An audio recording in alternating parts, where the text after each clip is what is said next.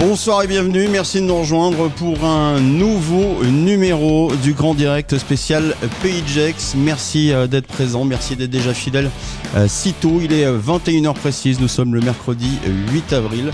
Grand Direct du Pays de Gex, à qui nous remercions d'ailleurs France 3 Rhône-Alpes de nous retransmettre également sur leurs réseaux sociaux. Ils sont avec nous ce soir et c'est avec un immense plaisir qu'on va les accueillir. On va commencer ce soir par Patrice Dunant, le maire de Gex, qui est avec nous. Bonsoir Patrice. Bonsoir à tous. Merci d'avoir répondu positivement à notre invitation. Première chose que je vais vous demander, est-ce que tout va bien pour vous, côté santé, et pour vos proches ? Bon, écoutez, pour l'instant, tout va bien. Donc on le souhaite évidemment à tout le monde. Et que ça continue. Nous accueillons ce soir également Romain Barraud du site Welco. Bonsoir Romain. Bonsoir à tous. Même question, est-ce que tout va bien ? Tout le monde va bien également de votre côté, dans votre famille ? Écoutez, oui, tout va bien et on l'espère pour la suite également. Tout le monde va bien de mon côté et puis au niveau de amis, famille. Vous le connaissez sûrement si vous êtes dans le Pays de Gex, si vous avez l'habitude d'aller faire un petit tour, notamment par exemple du côté d'Yvonne-les-Bains le dimanche matin vers la Halpertan. Un amoureux du bien vivre et du bien-être. Sa terre natale, le Pays Basque, doit lui manquer certaines fois, même s'il apprécie beaucoup le Pays de Gex. C'est Michel Amador qu'on accueille ce soir. Bonsoir Michel. Bonsoir Jérémy et bonsoir à tous les gens du Pays de Gex, en espérant que tout le monde va bien et que tout le monde prenne soin de sa famille. C'est quand même le plus important. Exactement. Et la famille va bien, vous allez bien également ? Ça va bien, merci. Et c'est parfait. On aura l'occasion d'accueillir ce soir Nico Salvado d'Equinox Magazine. Il est à Barcelone. Il s'occupe notamment d'un média qui informe les 50 000 Français qui vivent en Catalogne. On aura l'occasion d'écouter son témoignage ce matin.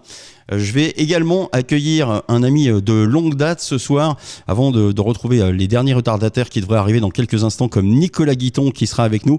On va le retrouver dans un court instant. Je vais accueillir un vieil ami qui lui aussi est à l'autre bout de la France, mais a souhaité ce soir apporter son témoignage, qu'il a vécu certaines choses pendant cette période de confinement. C'est Xavier Decanter qui est avec nous en direct, juste à la limite entre le département de l'Aisne et de l'Oise. Salut Xavier. Bonsoir Jérémy, bonsoir à tous. Oui, ça va. Bon, écoute, ça va très bien et c'est l'essentiel. Est-ce que Nicolas Guiton vient de nous rejoindre ? Oui, il est là également. Bonsoir Nico. Oui. Bonsoir Jérémy, merci pour ton accueil. Eh ben, écoute, merci à toi d'avoir répondu également présent à l'invitation de cette émission. Alors Nicolas Guiton, c'est le tourisme déjà, du côté des montagnes du Jura, du col de la Faucille, puisque tu es accompagnateur en moyenne montagne, mais tu as d'autres casquettes comme l'agriculture que tu chéris énormément. Ça, on aura l'occasion d'en parler ce matin côté Jura. Tu tiens également un parc d'attractions, Acrobranche et Paintball au col de la Faucille. Tu es très investi dans le Pays de Gex et notamment dans le tourisme. On aura l'occasion également de parler de la filière laitière et du fromage cher à ton cœur notamment avec le Bleu de Gex. Dernier invité pour ce soir, il est du côté de Bourg-en-Bresse, c'est Jérôme Yanero. Alors Jérôme Yanero, c'est pareil, il est lieutenant sapeur-pompier au SDIS, très engagé en ce moment bien sûr, et il nous parlera également de son projet Cercle Aventure. Bonsoir Jérôme. Bonsoir Jérémy, ça va ? Ça va très très bien. Merci d'avoir également répondu présent à cette invitation. Merci à toutes et tous donc pour ce second numéro du Grand Direct. Je remercie donc encore France 3 Rhône-Alpes de partager cette soirée notamment sur leur site internet et sur leurs réseaux sociaux. Et je vais en profiter tout de suite pour rentrer dans le vif du sujet avec notamment Patrice Dunant, maire de Gex. Rebonsoir Patrice. Bonsoir. Alors j'ai quelques petites questions qui me sont également revenues tout au long de cette semaine. Tout d'abord, la première question qui revient, c'est le système de fonctionnement des services de livraison dans le Pays de Gex. Je sais que vous avez beaucoup communiqué cette semaine, notamment sur votre Facebook. Comment marche la Poste et les services de livraison en ce moment dans le Pays de Gex ? Écoutez, pour la Poste, il y a eu un temps de calage qui a été assez important, puisqu'il y avait des problèmes de personnel et qu'il fallait arriver à assurer l'ouverture des bureaux. Ça s'est relativement stabilisé.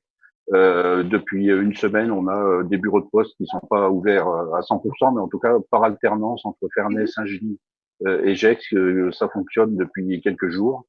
Et donc, de ce point de vue-là, ça s'améliore. On a du courrier qui a recommencé à arriver. et à partir. Pour le reste, en livraison à proprement parler, on n'a pas eu de retour vraiment de grandes difficultés, en tout cas par rapport aux points alimentaires qui devaient être approvisionnés. Très bien, très bien. Si vous avez des questions pour tous les autres intervenants et invités, si vous voulez bien sûr participer au débat et si vous avez des questions à poser aux autres invités, n'hésitez surtout pas. On va parler également, et c'est une chose aussi importante, des personnes âgées, des personnes à mobilité réduite. Qu'en est-il justement sur la ville de Gex? Comment on arrive aujourd'hui à gérer le quotidien de ces gens?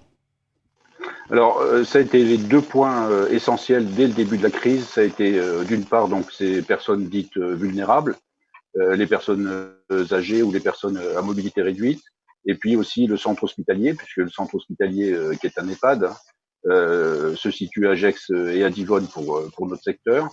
Et donc, on a tout de suite mis en place ce qui a été fait aussi dans les autres communes, c'est-à-dire une relance systématique par téléphone de toutes ces personnes vulnérables qu'on avait sur nos plans de secours.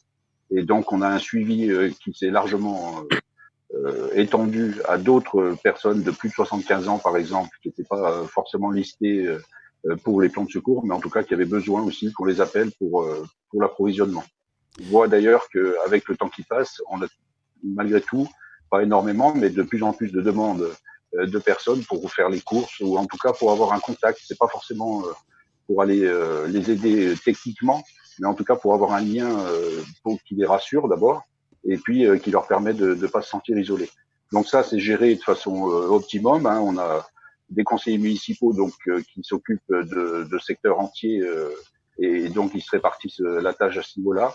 Et puis on a la possibilité d'avoir aussi des appels en mairie, ce qui est le cas un petit peu, pas beaucoup. Avec aussi 40 à 50 personnes qui se sont manifestées spontanément depuis le début de cette crise pour venir nous renforcer si on avait besoin justement d'intervenants pour aller aider. Alors pour l'instant, on les a pas activés puisque les conseillers municipaux pour l'instant suffisent pour rendre ce service. Et à notre connaissance, en tout cas, il n'y a plus de problématique. Et puis la police municipale est chargée d'aller voir chez les gens qui éventuellement ne répondent pas au téléphone. Et donc on a une vision très précise des gens isolés qui pourraient avoir des difficultés. Bon, pour l'instant, c'est une gestion qui est relativement facile. Alors, quid justement de ces EHPAD? On parle des personnes âgées, on parle des personnes également en détresse. Qu'en est-il des intervenants, des aides-soignants, des employés municipaux qui sont toujours sur le terrain? Est-ce que ça va? Est-ce que tout se passe bien pour eux? C'est aussi important de prendre de leurs nouvelles. Oui, très, très important. Pour les employés municipaux, on a reconfiguré dès le début de la crise nos services pour qu'on ait un minimum de gens qui se rencontrent, mais il fallait aussi assurer donc le service public. Donc on a du télétravail, on a des tournus dans les services essentiels, et puis les autres personnels qui restent à la maison et qui en tout cas sont disponibles mais ne viennent pas sur site. Pour ce qui est de l'EHPAD, ça a été plus compliqué. Donc au début en particulier de la crise, puisqu'on a eu à faire face évidemment à un confinement qui a été antérieur au confinement général de la population. Et donc, ce confinement, il a malgré tout permis justement d'éviter des contaminations, certainement, puisque au niveau de l'EHPAD, on a eu très peu de cas à ce stade. Sur le site de Divonne, il y a eu une personne et puis deux sur le site de Gex. Et le personnel soignant a été assez peu impacté. Il y a eu 2 cas pour l'instant, mais en tout cas, il n'y a pas eu d'explosion des cas comme on a pu le voir dans des EHPAD, malheureusement, avec des terribles chiffres. Avec 20 ou 30 morts dans un établissement. Nous, on n'a pas eu cette problématique pour l'instant. Très bien, ouais, je vous parle de ça parce que c'est vrai que j'ai reçu moi un message aujourd'hui d'une collègue qui malheureusement a été hospitalisée suite justement à son travail.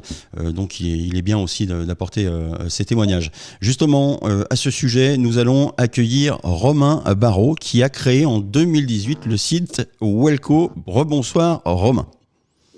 Bonsoir à tous. Alors c'est un site d'entraide pour connaître vos voisins disponibles et susceptibles de pouvoir réceptionner votre courrier. Alors pour expliquer brièvement votre situation, vous à la base vous êtes de l'Ardèche, vous avez rencontré l'âme sœur du côté de Bourg-en-Bresse, vous êtes installé sur place, mais pour le coup cette réflexion a eu lieu justement dans les villages retirés de l'Ardèche en vous disant un livreur doit passer pour un colis, la poste n'est peut-être pas ouverte, la personne ne peut peut-être pas récupérer son courrier, et c'est là que ça devient intéressant aussi pour le Pays de Gex parce que nous avons des travailleurs frontaliers, des gens qui travaillent tôt le matin, qui rentrent tard le soir et qui sont peut-être aussi certaines fois dans l'impossibilité de pouvoir récupérer sereinement des colis. Alors peut-être que leurs voisins peuvent les dépanner, certes, mais votre système au départ, donc Welco, a été créé pour justement pallier à ces besoins dans les zones rurales.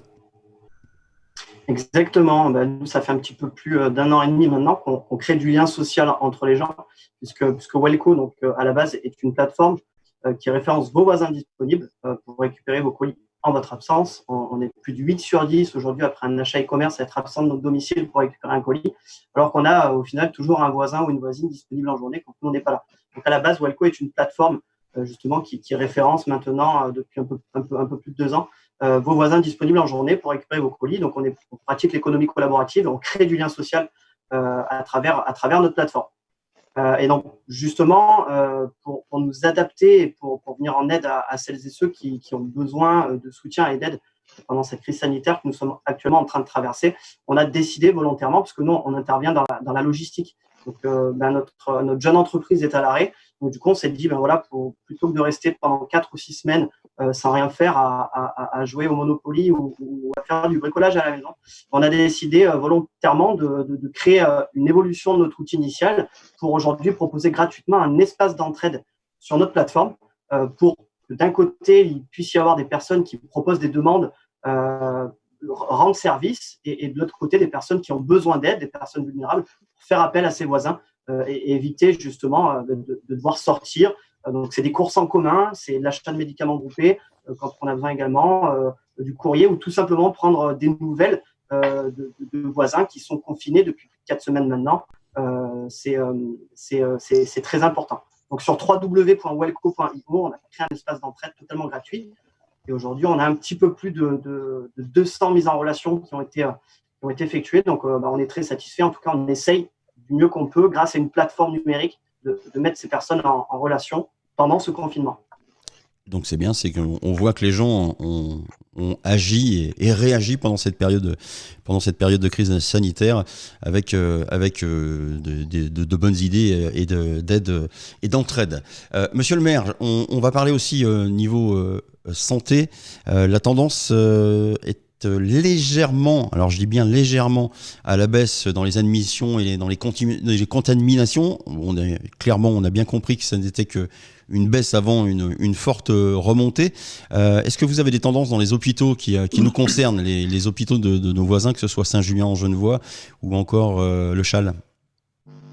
Écoutez, il n'y a pas, en tout cas, ce qu'on entend évidemment dans les régions qui sont très fortement impactées. On a entendu parler tous du Grand Est, de la Corse, de l'Île-de-France. Actuellement, en tout cas, on n'est pas alerté sur une saturation immédiate.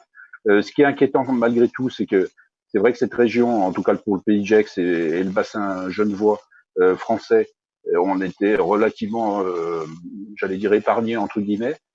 Mais on ne sait pas si la vague justement est derrière nous ou devant nous dans ces régions qui ont été assez peu impactées pour l'instant. Donc je pense que le problème peut rester entier. Il va falloir évidemment voir comment les choses évoluent. Mais je pense qu'il faut répéter encore une fois ce message sur le confinement qui n'est pas un leurre. Hein. Il faut vraiment que les gens respectent ce confinement aussi pour que cette le fait d'être relativement épargné pour l'instant dans cette région du Pays de Gex, ça ne soit pas justement le calme avant la tempête. Et donc le seul moyen qu'on a vraiment pour agir sur cette épidémie dans notre secteur, c'est évidemment ce confinement qu'il faut respecter, qui malheureusement n'est pas suffisamment respecté, à mon sens en tout cas, sur les derniers jours. Une question qui nous a été posée. Le centre de référence Covid installé à Gex suffira-t-il en cas de crise grave ? Excusez-moi, j'ai pas compris. Alors, je répète la question qui nous a été posée notamment sur le Facebook. Le centre de référence Covid installé à Gex suffira-t-il en cas de crise grave? Alors, en tout cas, ça rend déjà un service depuis le début qui est très important.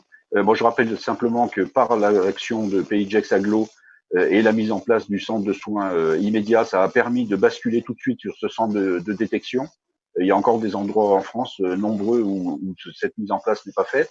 Donc, ça a permis, en tout cas, de voir venir, enfin, de traiter tout ce qui était détection depuis le début de cette crise sur notre secteur. Si les choses augmentent de façon très large, je crois que le gouvernement va élargir les points qui pourront justement servir de détection. On parlait des labos d'analyse médicale, enfin, il me semble en tout cas avoir vu ça. Donc, évidemment, si la crise augmente très largement, on n'est pas assuré que ce sera suffisant.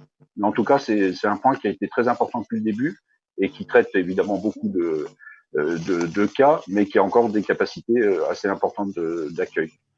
Alors, on a l'occasion justement de parler tout ça, des capacités d'accueil, les capacités médicales, puisque c'est un vaste débat. On s'est aperçu, je ne sais pas si vous avez suivi le débat qu'il y avait hier sur la RTS avec Darius Rochebain, qui interviewait notamment le professeur Pittet.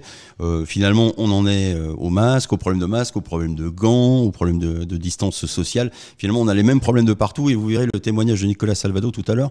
En Espagne, c'est exactement la même chose, mais en plus avec une pandémie qui est beaucoup plus importante que chez nous. Tout d'abord, je voudrais accueillir Xavier de Canter. Salut Xavier. Xavier, est-ce que tu m'entends? Xavier qui devrait être avec nous dans un petit instant. Juste un petit problème de micro pour le coup. Xavier, tu m'entends? On va le retrouver dans un court instant, parce que j'aimerais avoir son témoignage. Lui qui vit justement très proche d'une zone cluster qui est l'Oise, puisqu'il est à la limite de l'Aisne et de l'Oise, et qui nous apportera justement son témoignage dans un court instant. Je vais en profiter en attendant pour vous poser une autre question. On va parler notamment de ces dernières infos qui sont tombées, notamment sur les marchés, les circuits courts, la continuité des services publics, on en a parlé tout à l'heure, la situation des frontaliers également qui nous intéresse. Alors par exemple, pour ce qui est des marchés, pour la vente à emporter également, aujourd'hui, qu'en est-il dans le pays de Gex? Pour vous donner un exemple, on a appris aujourd'hui, par exemple, que sur la ville d'Annemasse, la vente à emporter serait limitée le soir à partir de 20h pour éviter justement des débordements le soir et des réunions intempestives. Qu'en est-il pour le pays de Gex? Alors, pour ce qui est de la vente à emporter, on a des commerçants qui ont baissé le rideau, des restaurateurs en particulier, donc qui sont mis sur ce mode de vente, et c'est une bonne chose aussi pour eux parce que ça leur permet malgré tout d'avoir des entrées de trésorerie. Sur nous, en tout cas sur Gex en particulier, on a 5 points de vente à emporter qui fonctionnent bien avec des flux qui sont tout à fait gérés. Donc pour l'instant, ça n'a pas posé de problématiques majeures. Sur le pays de Gex dans son ensemble, j'ai pas entendu de différence avec ce qu'on constate chez nous.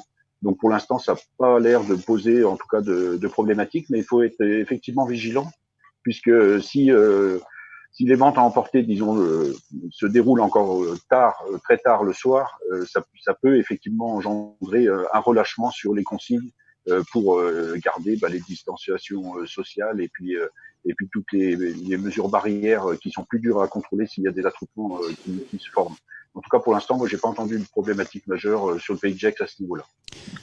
Michel Amador, vous dirigez au Bonheur Landais, une table que vous avez notamment sur Pref Saint-Moins. Vous faites également les marchés dans la région. Alors justement, ça tombe très très bien parce que vous, je crois, vous avez continué à exercer depuis. Alors vous avez bien adapté votre manière de travail, c'est ça? C'est ça. Si vous voulez, on est parti d'une activité qui se composait de 50% de restauration sur place, dans la convivialité, et 50% de notre activité sur les marchés. Et donc, le 14 au soir, comme vous le savez, on s'est retrouvé avec des charges, des salariés et zéro revenu. Donc, il était important de se remettre en cause et très, très rapidement. Ce qui est certain, c'est que je crois qu'on peut dire que nous aimons nos clients et humblement qu'ils ont besoin de nos services.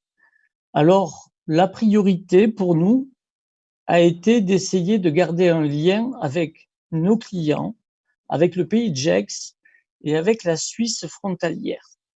Alors, c'est d'autant plus vrai que nos clients suisses ne peuvent plus venir en France. Donc, vous imaginez l'impact économique que ça représente.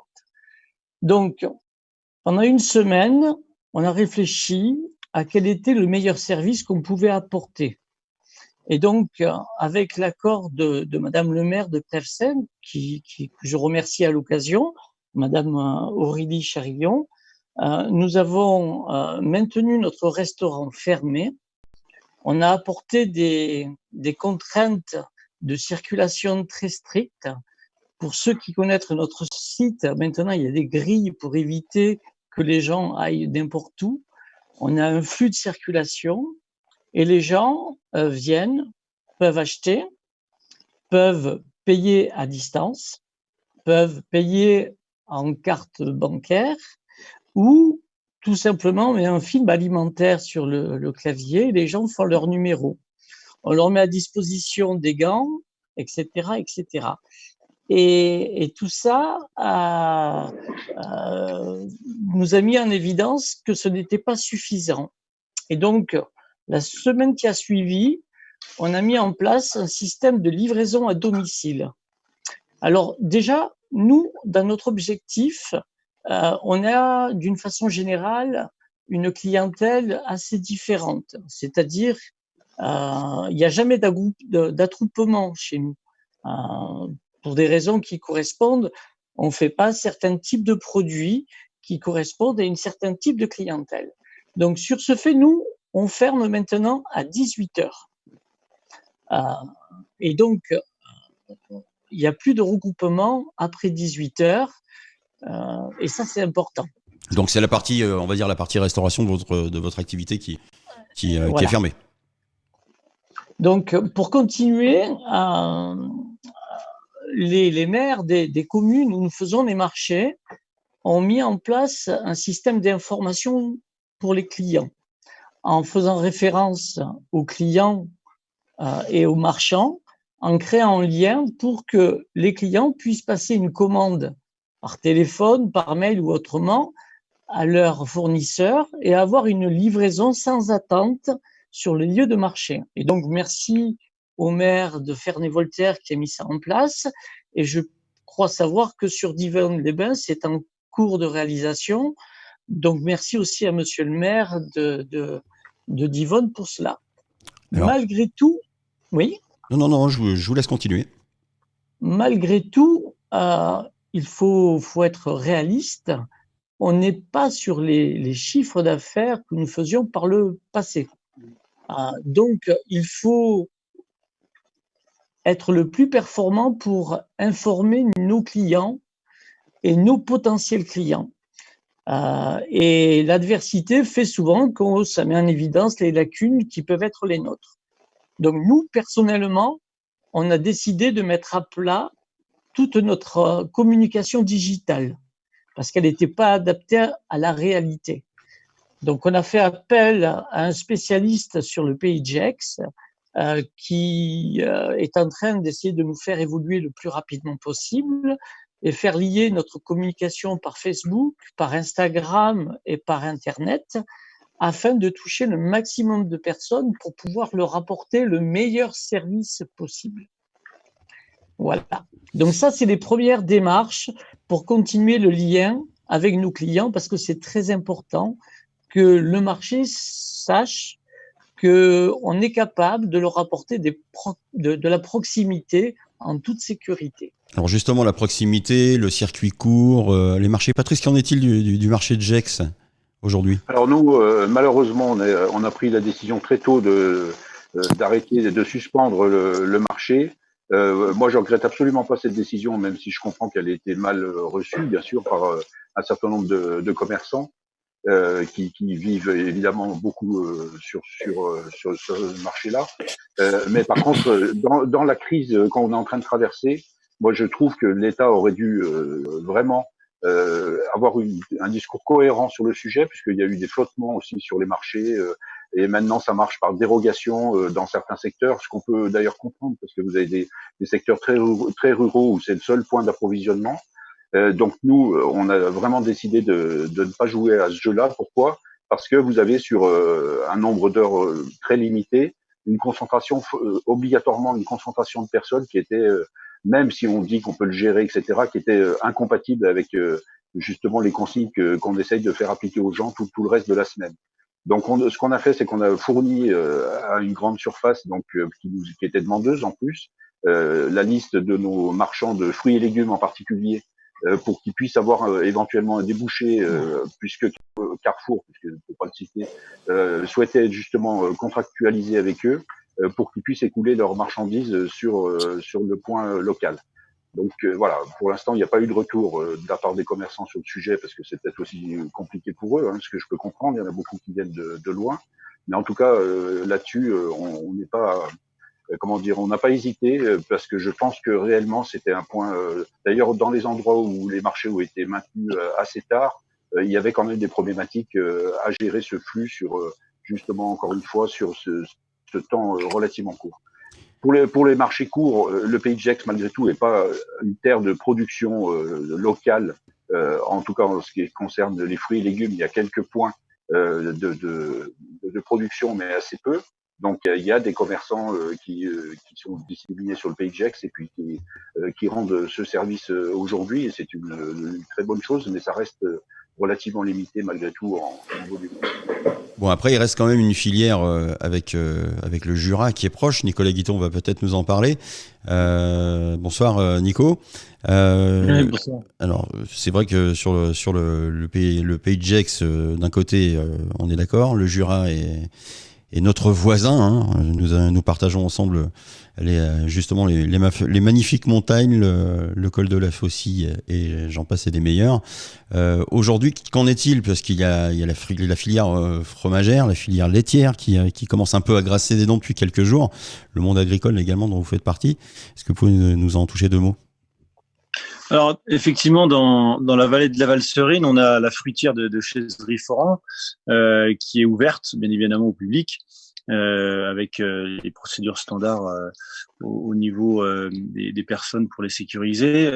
Malheureusement, effectivement, dans le cadre de la production du comté, j'ai discuté avant-hier encore avec Jean-Marc Lançon, mon voisin agriculteur, qui notamment vend son lait à la fruitière des Moussières. Il y a une baisse manifeste de moins 20%. Et la question se pose aujourd'hui, effectivement, notamment avec le Fort des Rousses, Jean-Charles Arnaud, qui affine à peu près 120 000 meules de comté par an, de congeler peut-être du comté pour retarder un petit peu l'affinage. Mais c'est vrai que c'est pas évident d'écouler ça, et le monde agricole aujourd'hui, comme vous l'avez vu à travers les médias, eh bien essaye de se battre à sa manière pour pouvoir alimenter les marchés qui sont ouverts, ou alors travailler en circuit court de façon à pouvoir continuer à alimenter la population et leur garantir des produits frais et des produits de première nécessité. Après, on a effectivement dans la filière Bleu Gex au Jura, on était sur à peu près 450 tonnes par an de fabrication des Bleu Gex. Clairement, ça a réduit. L'avantage de nos 4 fruitières sur la vallée de la Valserine, les Moussières, la Joux et puis Montbriand avec Saint-Claude, c'est que le lait, on peut le convertir soit pour le Morbier, soit pour le comté, soit pour le Bleu Gex au Jura. Donc il y a quand même une adaptabilité.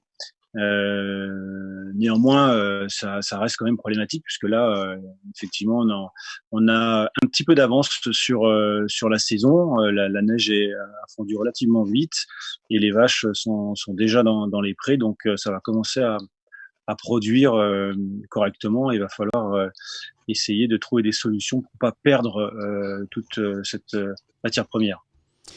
Merci. Je vais en profiter pour, avant tout cela, pour vous dire qu'on va retrouver Jérôme Yaniro dans un court instant. Il nous apportera également son témoignage un peu sur la ville de Bourg-en-Bresse. Et puis on parlera de son projet Cercle Aventure. Auparavant, je voudrais vous poser la question à vous, Patrice, et à vous tous qui habitez dans cette zone frontalière. Le beau temps est de retour, on en parlait. La semaine dernière, on parlait également de la fermeture de la station, des stations du Mont-Jura. C'était le 15 mars. Véronique Baud nous a dit la semaine dernière que finalement la station était moins impactée que des grosses stations de ski qui avaient encore 4 à 6 semaines d'exploitation. Le beau temps est donc bien là, c'est sûr. Est-ce que ce bon temps ne pose pas de problème avec le confinement instauré? Et a priori, de ce qu'on aura comme déclaration demain, on est reparti pour une bonne durée de ce confinement. Est-ce que vous voyez en ce moment plus de gens dans vos zones qui sortent dehors après 3 semaines de confinement? Je vais laisser la parole d'ailleurs à Jérôme du côté de Bourg-en-Bresse et je vous laisserai répondre également pour les frontaliers. Eh bien, écoute, il est 21h30. Moi, j'habite quasiment au centre de Bourg, donc une rue plutôt très passante. Et regarde, c'est vraiment... Ça va, c'est rassurant finalement. Donc dans l'ensemble, tout le monde respecte le confinement et je préfère sincèrement voir ça. Merci Jérôme. Monsieur le maire, Nico, je vais vous poser également la question. Une question qui nous est revenue et ça on va avoir l'occasion d'en débattre, notamment elle nous est revenue par le biais de France 3 Rhône-Alpes. Que pensez-vous du semi-confinement qui a été décrété chez nos voisins suisses? Parce qu'il fait débat également. Écoutez, je pense qu'en l'état actuel des choses, et je crois qu'on a suffisamment de battage médiatique autour de ça, quand on entend les personnels de santé qui sont quand même les personnes habilitées pour nous conseiller sur ce sujet, il y a une règle qu'il faut absolument respecter, c'est le confinement. Et je pense que il n'y a pas de demi-mesure à avoir. C'est bien la difficulté qu'on a eue par rapport au marché, mais aussi par rapport à notre domaine forestier, à la station de la Faucille, où on a des gens qui pensent que parce qu'ils sont en pleine nature, eh ben ils peuvent tout à fait se balader en groupe, familiaux ou amicaux, sans du tout d'ailleurs respecter les consignes de distance, etc. Et je pense qu'on est en train de prolonger encore la période de confinement qui sera rendue obligatoire, et je pense que le président Macron demain va éclaircir le sujet sur la date éventuellement. Parce que justement on a un relâchement qu'on peut constater ces derniers jours à cause du temps, bien sûr. On a le week-end de Pâques aussi qui arrive et qui est assez inquiétant de ce point de vue-là. Moi, j'ai constaté à Gex, en tout cas, sans même aller sur le col de la Faucille, qu'on a une réelle problématique de gens qui continuent à sortir de façon trop longue, trop prolongée, et puis encore une fois en groupe. Ce qui est vraiment très difficile à accepter. Je pense qu'avec toutes les informations qui circulent, ne pas comprendre qu'aujourd'hui, ce qu'on demande aux gens, c'est de rester chez eux et quand ils sortent, de le faire dans le cadre des consignes qui sont données, c'est quand même malheureux. Et encore une fois, c'est pas une lubie, c'est aussi parce qu'il faut absolument, si jamais cette épidémie continue à se développer, et puisqu'on parle de notre région, il faut absolument éviter l'engorgement dans les structures de santé. C'est bien ça le problème qu'il y a derrière. Donc c'est vrai que les gens sont très solidaires des personnels de santé, mais la plus grande des solidarités qu'on peut avoir avec eux, c'est évidemment de respecter ces consignes pour pas qu'on ait d'afflux, parce qu'on aura évidemment encore un virus qui va se répandre dans la population. Il faut absolument que ça soit le plus échelonné possible pour que le système de santé puisse faire face dans de bonnes conditions et soigner des gens et surtout évidemment sauver des vies, puisqu'on a vu que ça ne touche pas uniquement les personnes âgées, c'est aussi parfois pour des raisons diverses des gens plus jeunes, et qu'il faut absolument donc avoir ça en tête et pas prendre à la légère ce confinement. Voilà. Et je reconnais que je suis assez inquiet de la progression des derniers jours qui était nettement relâchée. Alors Christian Dupessel, le maire d'Annemasse, partage la même crainte que vous, puisque je l'ai interviewé aujourd'hui à 16h. Pire même, ils ont constaté que depuis vendredi dernier, des gens qui avaient réservé leurs vacances arrivaient tranquillement, sereinement sur leur lieu de vacances, à l'entrée des hôtels, pour pouvoir passer leur moment de quiétude. Il a fallu d'ailleurs sur ce créer un décret d'urgence pour engager tout le monde et la fermeture des hôtels. Je vais accueillir cette fois-ci mon ami Xavier Decanter qui devrait être parmi nous. Je suis là. Si tu m'entends, oui, je suis là. Je t'entends très très bien, Xavier, parfait. Super. Alors, merci, désolé, c'est mon câble qui... Voilà. C'est des choses qui arrivent, il n'y a aucun problème. Alors Xavier Decanter, c'est un collègue de travail. Xavier Decanter, ça vous dit peut-être pas grand-chose comme ça quand on donne son nom civil. On le connaît plus dans le domaine artistique pour ceux qui ont l'habitude, des jeunes comme Nicolas Guiton, de sortir un petit peu ça et là. C'est un artiste qui s'appelle Tom Sner, qui a donc depuis des années créé de la musique. Alors pour faire assez simple et pour résumer, mais très rapidement, la carrière de Xavier, sous le nom de Tom Sner en tant que DJ, mais surtout sur des titres qui ont marqué, on va dire, la mémoire de toutes et tous. Il est vraiment phénoménal, c'est vous. Oui. Qu'est-ce que je peux passer encore comme DJ Boris ? On est les champions. On est les champions, voilà. Ouais, tout ça pour dire qu'en fait, dans l'histoire, et même un célèbre titre de Tarkan, artiste international turc pour lequel tu as travaillé. Ouais. Ça fait plus de 25 ans que tu crées de la musique. Oui, professionnellement. Voilà, professionnellement. Tu en crées également pour des marques publicitaires, puisque tu as créé le design sonore de Toyota. Tu travailles également pour la Maison Endemol, donc tu crées les génériques de beaucoup d'émissions. Donc, toi, tu as l'habitude un peu de travailler confiné, un peu comme moi. Tu as l'habitude d'être isolé dans une pièce pendant des heures pour créer, pour amener. Toutefois, tu as vécu deux expériences douloureuses pendant ce confinement. On parlera bien sûr de la protection animale dans un court instant, mais je voudrais surtout que tu témoignes de ta situation personnelle, parce que tu as perdu ta maman juste au moment où on a demandé le confinement. Tout à fait. C'est vrai que j'ai traversé cette période de Covid, parce que c'est comme ça que je l'appelle. Et le confinement n'était pas encore installé. Ma maman, en fin de compte, qui avait 84 ans, a fait un AVC au 5 janvier de cette année, avec une hémorragie cérébrale, donc quelque chose d'assez grave. Donc j'ai eu tout un suivi, et en même temps une superposition de mauvaises nouvelles à gérer, etc., qui a été vraiment pas facile. Et puis, avec des décisions difficiles à prendre, elle est partie après en soins palliatifs, et elle est partie au bout de 10 jours, le 11 mars 2020. Ce qui s'est passé, c'est que déjà c'était une première nouvelle assez difficile, parce que l'AVC, l'hémorragie l'ont emporté. Je crois qu'on te perd. En Chine, etc. Voilà. Ouais. Vas-y, je t'en prie. Ouais. C'est qu'en janvier, on entendait parler déjà du problème chinois, mais je vois bien autour de moi, parce que j'étais dans les hôpitaux en permanence, que les gens disaient c'est con ce qui se passe là-bas et tout, et on n'a pas du tout pris conscience. Moi, je l'ai vu parce que sur les précautions, etc. C'est arrivé au fur et à mesure, à partir de début mars, où déjà dans les EHPAD ou dans certains hôpitaux, les gens commençaient à dire peut-être limiter les visites, etc. et tout. Et là, on a commencé à voir qu'il y avait un souci. Et après, ce qui s'est passé, c'est que pour l'enterrement, enfin, pour le service funéraire, etc., de ce qui s'est passé par la suite, en date du 20 mars, on n'a pas pu participer à la cérémonie. On a dû la laisser partir seule, parce que là arrivaient vraiment les premières dispositions de l'État, où, avec une famille qui est dispersée en France, on s'est dit, mais qu'est-ce qu'on fait? On se rejoint, on se prend dans les bras, on se voit pas, Voilà, on a vécu quelque chose de difficile et on l'a laissé partir seul par principe de précaution pour protéger les gens qui sont autour de nous et les plus faibles, parce qu'il y a aussi dans ma famille des gens qui sont âgés, des gens qui ont des problèmes de santé, et on l'a pas fait. Donc c'est bien vous qui avez, enfin c'est toi et vous dans ta famille qui avez décidé de respecter. C'est ça. Au départ, c'est-à-dire que les pompes funèbres n'osaient pas non plus prendre cette décision à notre place. Maintenant, quand on leur a dit qu'on allait faire, ils m'ont dit c'est une sage décision.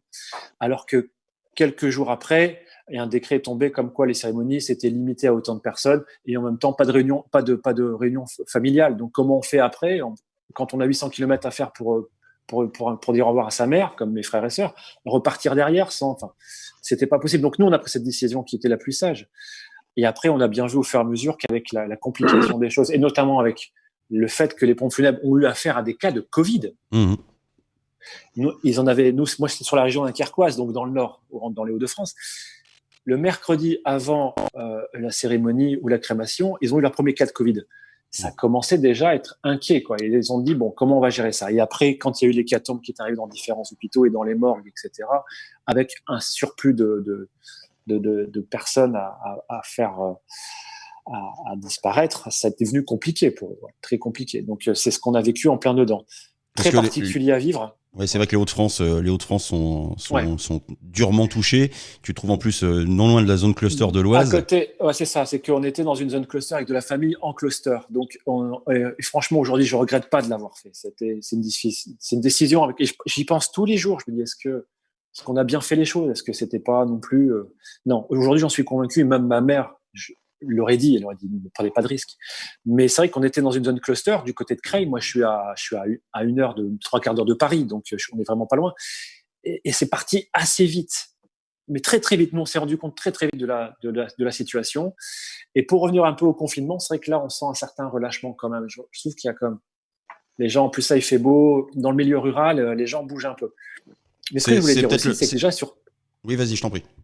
Ce que je veux dire aussi, pour rebondir par rapport à ce que j'ai entendu sur le fromage, etc., toute la partie des artisans qui travaillent dans l'alimentaire, sur Paris, des amis ne peuvent plus acheter de viande. Les abattoirs sont fermés, il n'y a plus de viande, etc. Donc ça commence déjà à arriver.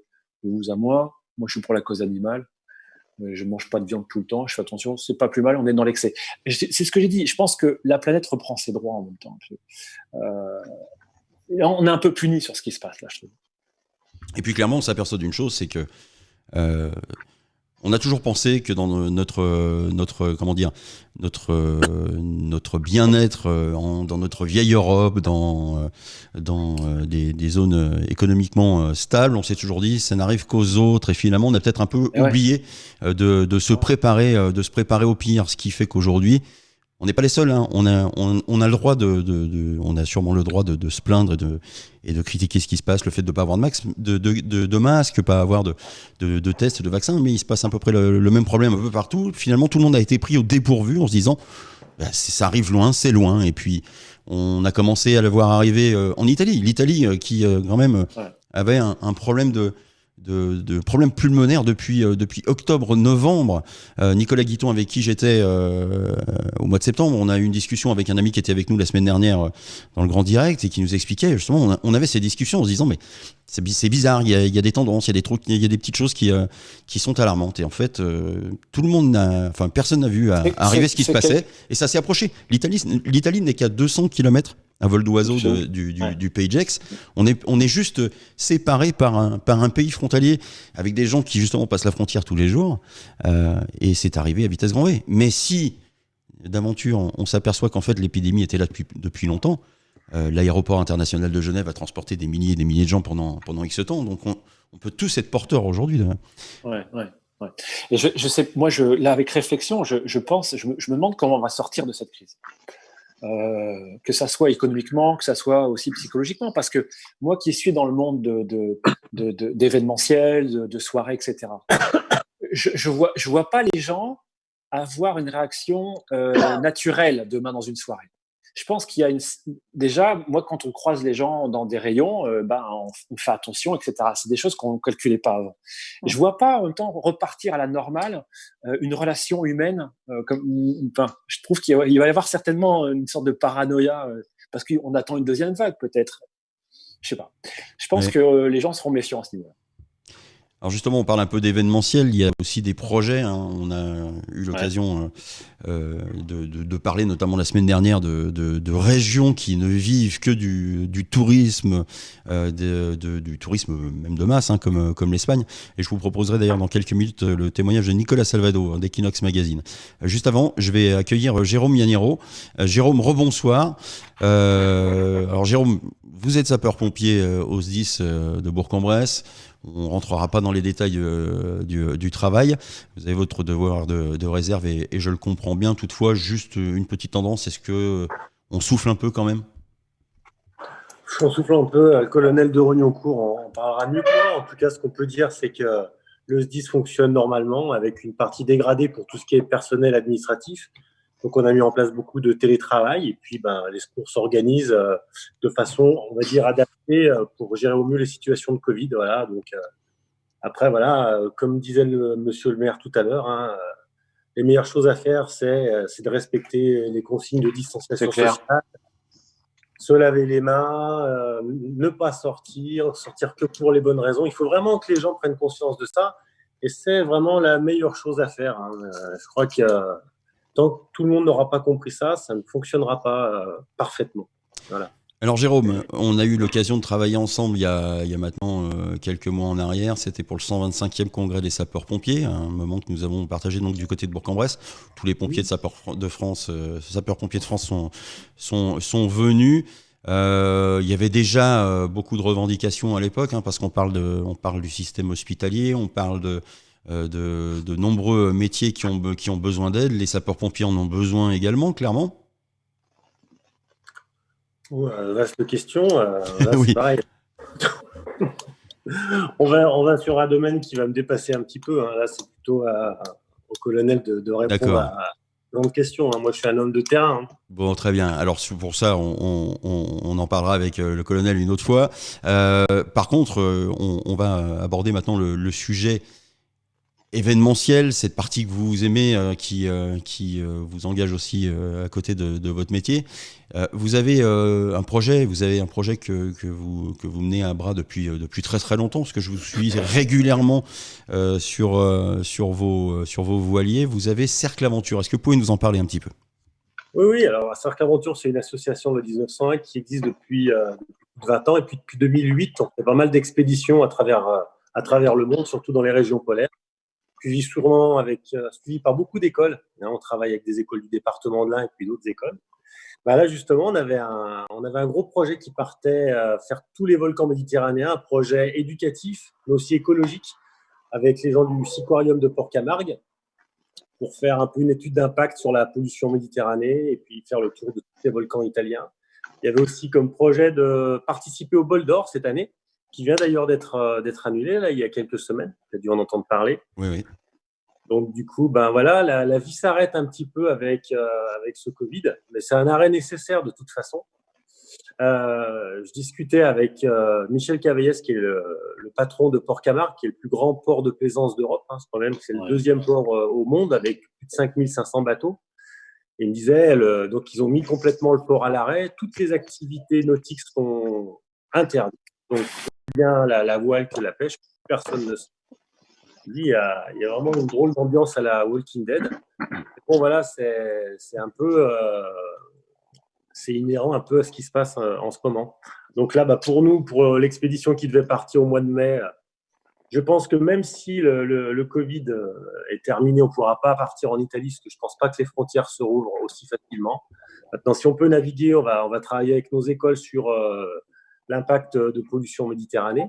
D'ailleurs, j'ai vu que les chiffres de la pollution commencent à baisser drastiquement, que les dauphins commencent à rentrer dans les ports. L'autre jour, j'ai vu Venise, on voyait le fond de la lagune.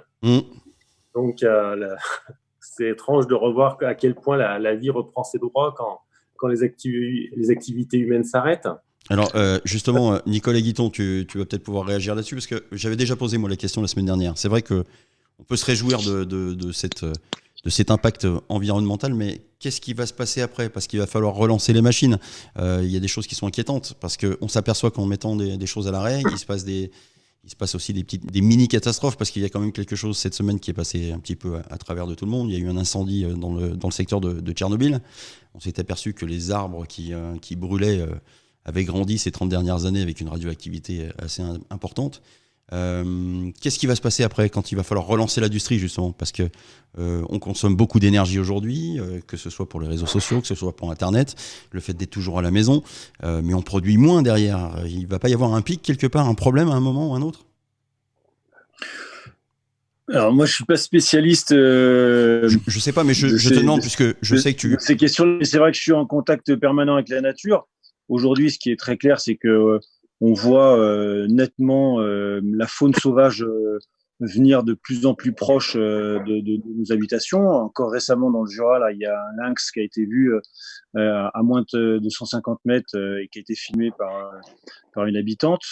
C'est passé sur les réseaux sociaux. On a effectivement les cervidés, enfin, toute cette population qui continue à croître. Donc c'est plutôt une bonne chose.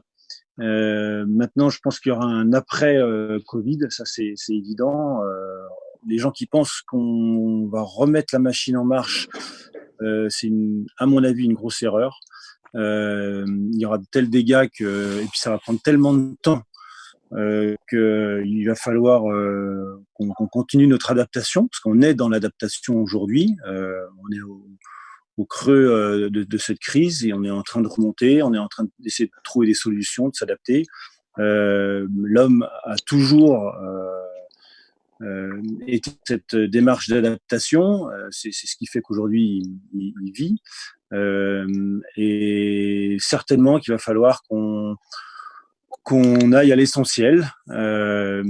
Et l'activité de pleine nature, l'activité de loisir, c'est pas une activité de première nécessité, ça c'est clair. Même si aujourd'hui il faut un équilibre mental, même si les gens ont besoin de cet épanouissement pour performer dans leur travail.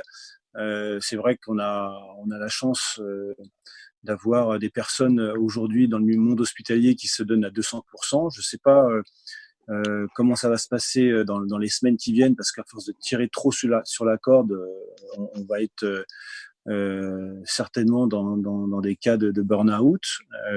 Donc jusqu'où la limite humaine est capable d'aller, ça on va très rapidement le voir, même s'il y a eu pas mal d'expériences de fait déjà par le passé. Mais aujourd'hui, c'est vrai qu'on assiste à cette météo exceptionnelle.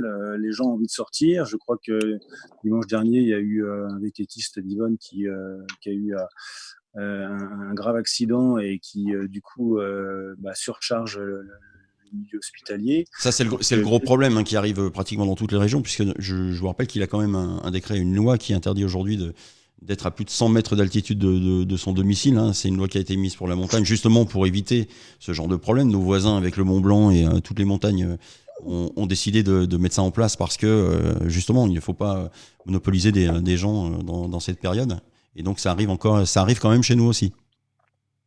Oui, ça arrive chez nous aussi. Nous, professionnels de la montagne, de toute façon, on a tout de suite arrêté nos activités à l'annonce du gouvernement pour justement pas accentuer ces risques et notamment saturer le milieu hospitalier. Après, il va y avoir de toute façon, à mon avis, dans les semaines, les mois qui viennent, des choses qui vont radicalement changer. Et il va falloir s'adapter. Voilà, il va falloir voir les choses différemment, trouver peut-être son équilibre, peut-être son bonheur dans des choses beaucoup plus simples. Le fait déjà de continuer à vivre, c'est déjà une performance pour certains. Donc il faudra qu'on regarde tout ça pour pouvoir continuer à avancer, à travailler et puis à reconstruire le pays avec, à mon avis, des choses qui seront essentielles pour l'ensemble de la population. Alors nos politiques aujourd'hui sont, pour certains, sont dans l'action, pour d'autres ils font ce qu'ils peuvent, ils éteignent le feu comme ils peuvent. Maintenant, il va falloir qu'on reconstruise tous ensemble ce pays, retravailler cette souveraineté française, continuer pour ma part de ce que j'avais déjà évoqué avec certains à être plus rigoureux dans notre façon de travailler.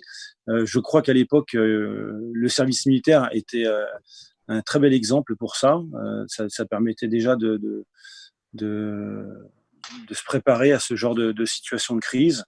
Et peut-être qu'il faudra dans les années repasser par ce modèle de fonctionnement pour qu'on puisse être tous un petit peu plus disciplinés à tous les niveaux et permettre à d'autres personnes de pouvoir vivre par rapport à ce qu'on vit actuellement. Voilà. Puisque finalement, si on regarde toutes ces dernières années, c'est vrai que on a vécu plusieurs drames ces dernières années, enfin vécu de près ou de loin. On est passé par des périodes de terrorisme, et là finalement aujourd'hui on arrive sur un problème qui dépasse tout le monde et qui fait qu'aujourd'hui on est devant le fait accompli et qu'on ne peut pas bouger. Donc c'est vrai qu'il va falloir repenser à notre manière de vivre et de retravailler. Je voudrais également aborder un sujet avec Xavier, parce qu'on parlait tout à l'heure des personnes âgées, on parlait des personnes en détresse. Les personnes en détresse, c'est également le problème de maltraitance, que ce soit pour les conjoints, que ce soit pour les enfants et également pour les animaux. Je sais, Xavier, que tu es très très très investi sur les animaux, justement. Oui, tout à fait. Et je suis d'accord aussi avec la personne qui vient de s'exprimer. Il va falloir qu'on revoie notre façon de fonctionner, c'est bon. Je suis tout à fait d'accord, et qu'on reste à l'essentiel. Et c'est clair, je pense que quand on voit en même temps le bénéfice, entre guillemets, j'aime pas dire ce mot, mais enfin, les choses ont changé, notamment sur la partie, même les photos sur Venise, je les ai vues, enfin, c'est impressionnant, et je trouve que, j'espère qu'en même temps, ça nous donnera aussi réflexion par la suite. Et la réflexion par la suite, il faut qu'on l'ait dès maintenant, et cette prise de conscience, on en parlait souvent, notamment sur l'écologie, etc. Là, on est en plein dedans, là. Donc, là, ça dépasse l'écologie, ça dépasse la survie. Donc, c'est clair. Moi, en tout cas, moi, je sais que je vais faire attention à plein de choses. C'est évident. Pour revenir après aux animaux, à la SPA, ouais.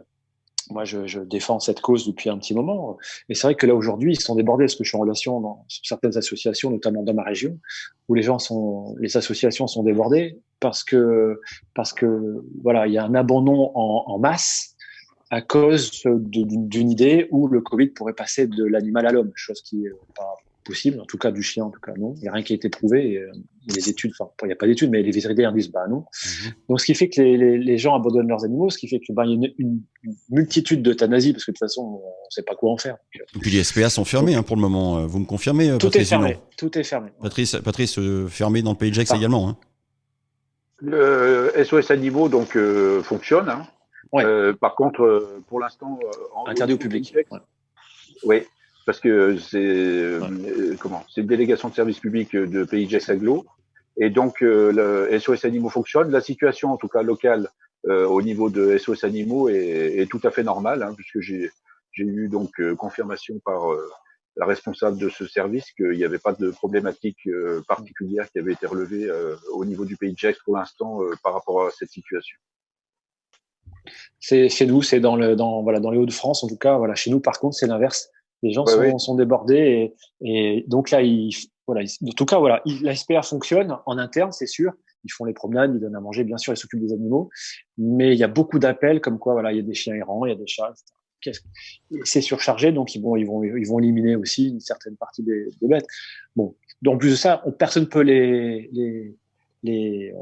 adopter. Moi, je pourrais dire. Pardon, c'est ça, je cherchais. Les adopter. Donc, c'est le serpent qui se mord la queue, là. Tout est dans le négatif. C'est comme ça, c'est une mauvaise période. J'espère que ça va s'améliorer ici, en tout cas, dans notre territoire. Romain, vous voulez réagir?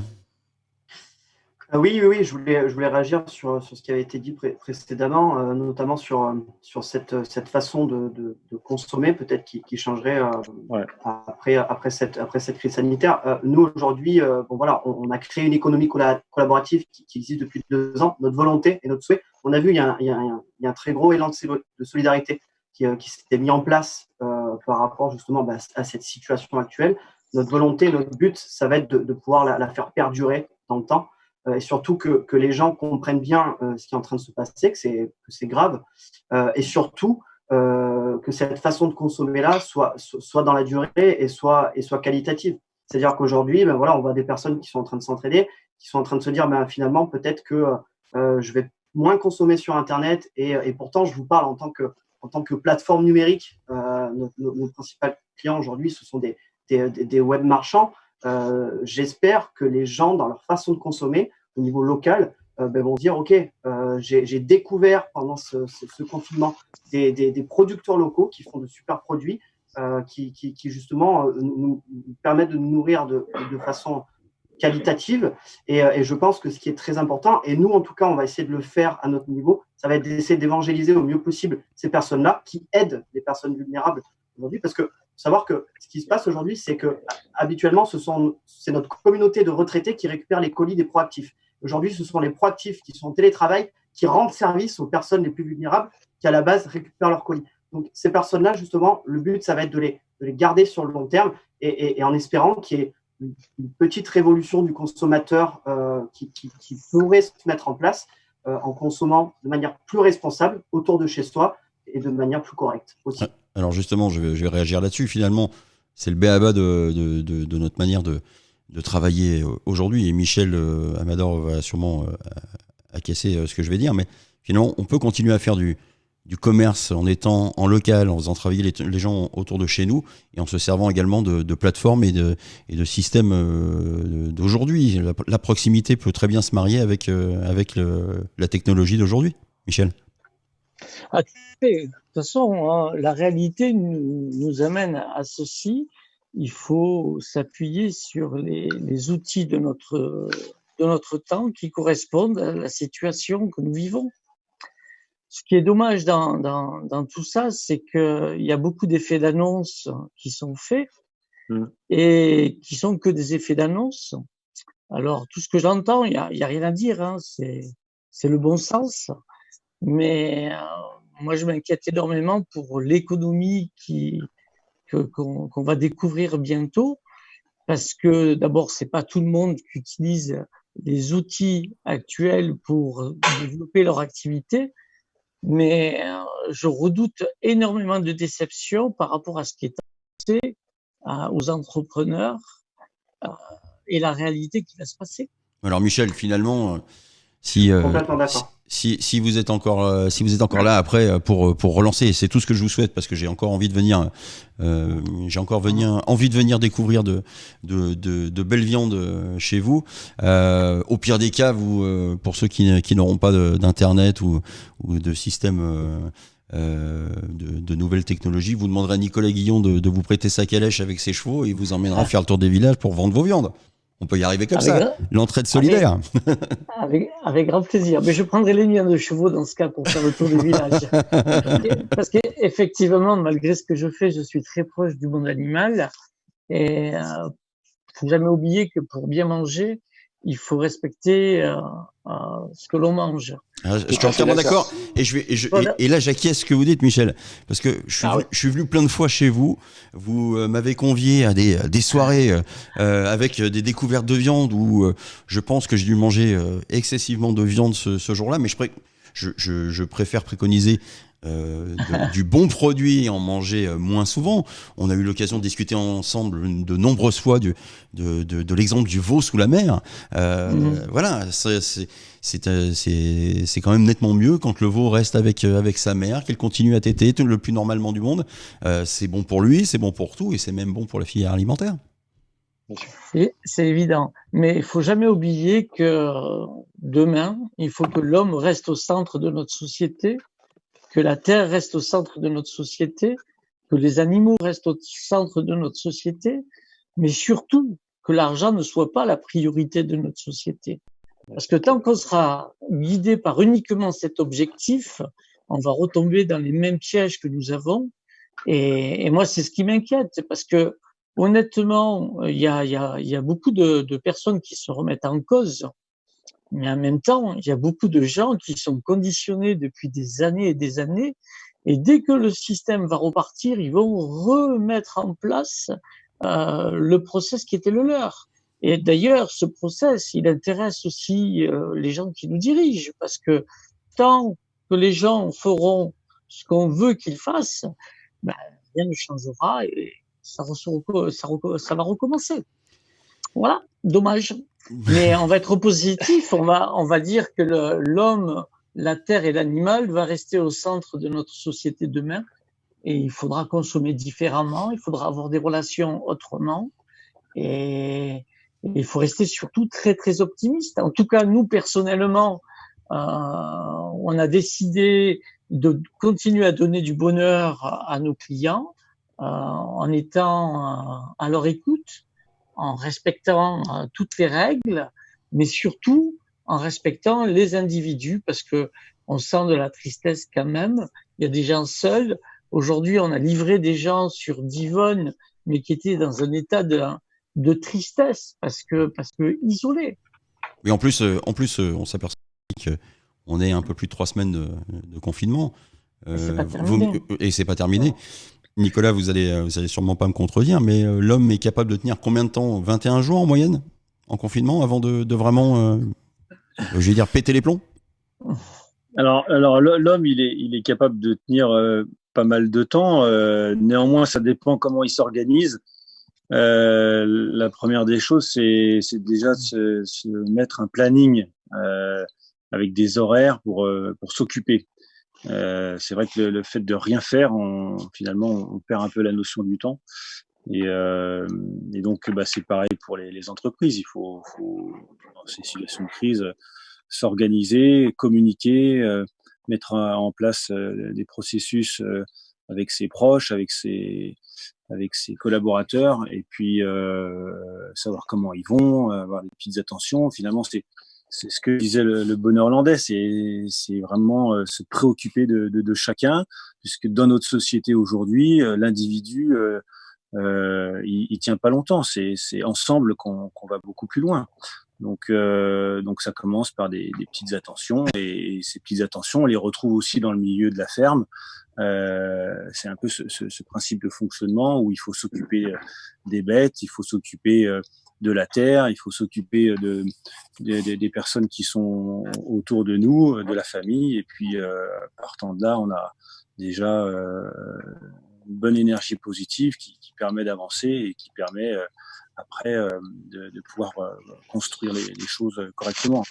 Le bon sens, on en a parlé du bon sens, effectivement, il est primordial. Maintenant, ce moment qu'on vit actuellement, eh bien, il nous permet finalement de se recentrer, de se reposer les bonnes questions, et puis surtout de pouvoir pas reproduire les erreurs qu'on a fait par le passé. Donc il va y avoir effectivement un gros travail au niveau politique, et je pense que c'est le citoyen qui doit emmener tout ça avec une unité, une force, si on veut se protéger et se démarquer des autres, ça c'est clair.